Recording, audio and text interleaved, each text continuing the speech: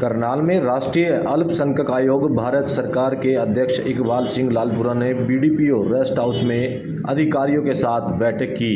वहीं बैठक में अधिकारियों को आवश्यक दिशा निर्देश दिए और आगामी रणनीति बनाई गई। वहीं पत्रकारों के साथ बातचीत की गई। क्या कुछ कहा राष्ट्रीय अल्पसंख्यक आयोग के अध्यक्ष इकबाल सिंह लालपुरा ने, आइए सुनवाते हैं आपको। मैं तो शामगढ़ गांव में कोई सिख समाज की मीटिंग थी, उसके लिए आया हूं।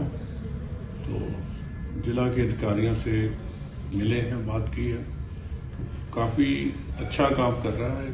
हमारा जो मेन मकसद होता है वो to remove the sense of insecurity, inequality and injustice, इसके लिए ये माइनॉरिटी कमीशन काम करता है। और दूसरा, जो माइनॉरिटीज हैं उनकी एजुकेशन के लिए, उनकी एम्प्लॉयमेंट के लिए ये जो काम, जो स्कीम्स हैं, वो सारे देश में जितनी भी स्कीमें दूसरे लोगों के लिए हैं वो माइनॉरिटीज के लिए भी है। उसके अलावा भी कुछ स्कीमें हैं जिसका वो लाभ ले सकते हैं। तो बेसिकली देश में एकता, भाईचारा ये मजबूत हो।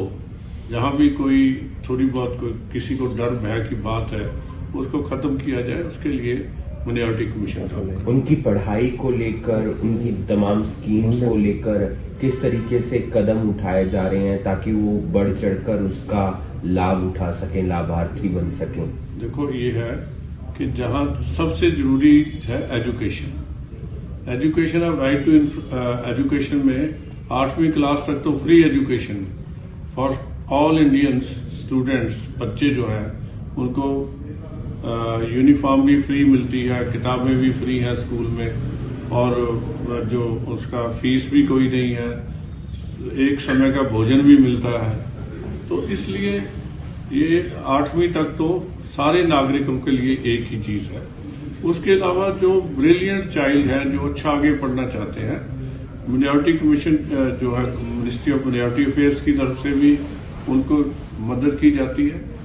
सरकार की सभी स्कीमें सभी नागरिक तक है। जो प्रॉब्लम ये है कि लोगों को अपनी डेवलपमेंट स्कीम्स के बारे में ही जागृति नहीं। ये काम एडमिनिस्ट्रेशन का भी है, ये काम एजुकेशनिस्ट का भी है, ये काम जो एनजीओ चलाते हैं वो भी हैं, बल्कि धार्मिक आदमियों को भी चाहिए कि गवर्नमेंट की सभी स्कीमों के बारे में जितना भी लोगों में प्रचार हो वो कम है।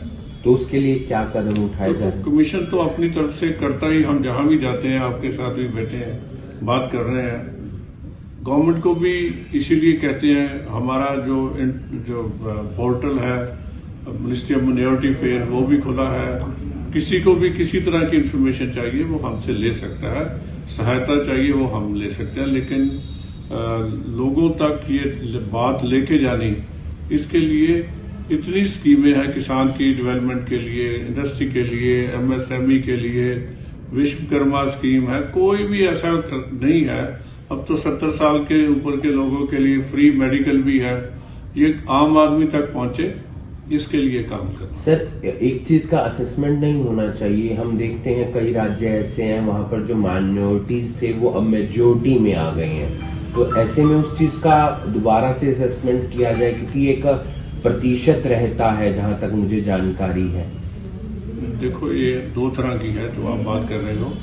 अगर किसी स्टेट में कोई एक धर्म के लोग मेजॉरिटी में हैं तो कुछ स्कीमें जो है उनके लिए अवेलेबल नहीं है, जहां बेनिफिट जो है वो वहां नहीं मिलते उनको।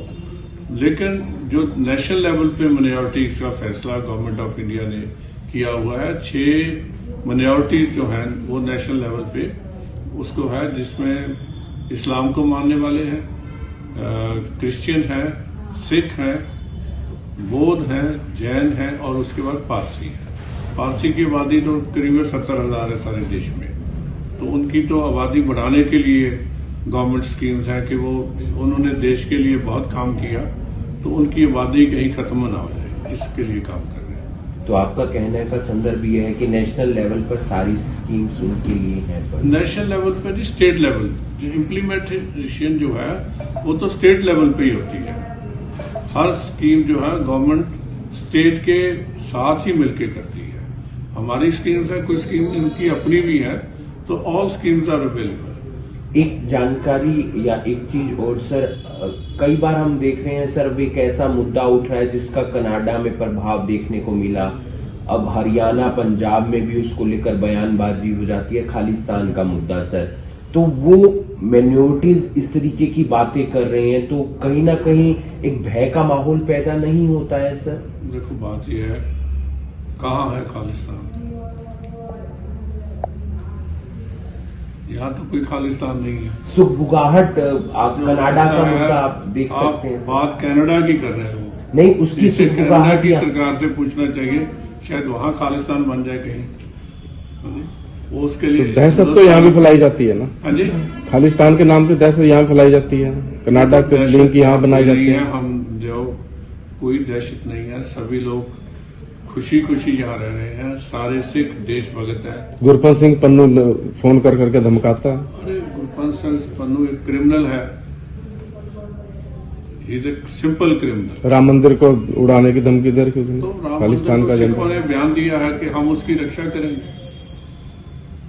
ये तो जो है ना, इसमें सब धर्म, ये सिख धर्म तो कहता है अपना बीत हम सबको कीना, हम सब ना के साजन, एक पिता किसके हम बारे, सब गुरपीर हमारे। हाँ जी, सिख तो सभी धर्मों के धर्म ग्रंथों की भी इज्जत करते हैं और सारे धार्मिक गुरुओं की भी इज्जत करते हैं। जो लोग ये बात ऐसी करते हैं वो सिख नहीं है, सिंपल क्रिमिनल है। उसका नाम पन्नू हो, चन्नू हो, कुछ हो, दे आर नॉट सिख। तो किसी ऐसे जो आदमी सिख ही नहीं है, सिख तो वो है जो गुरुओं की परंपरा पे चलता है, गुरुओं के मार्ग पे चलता है। जो गुरु के मार्ग पे नहीं चलता उसको आप सिख कैसे कहेंगे? डन सर, कोई सवाल?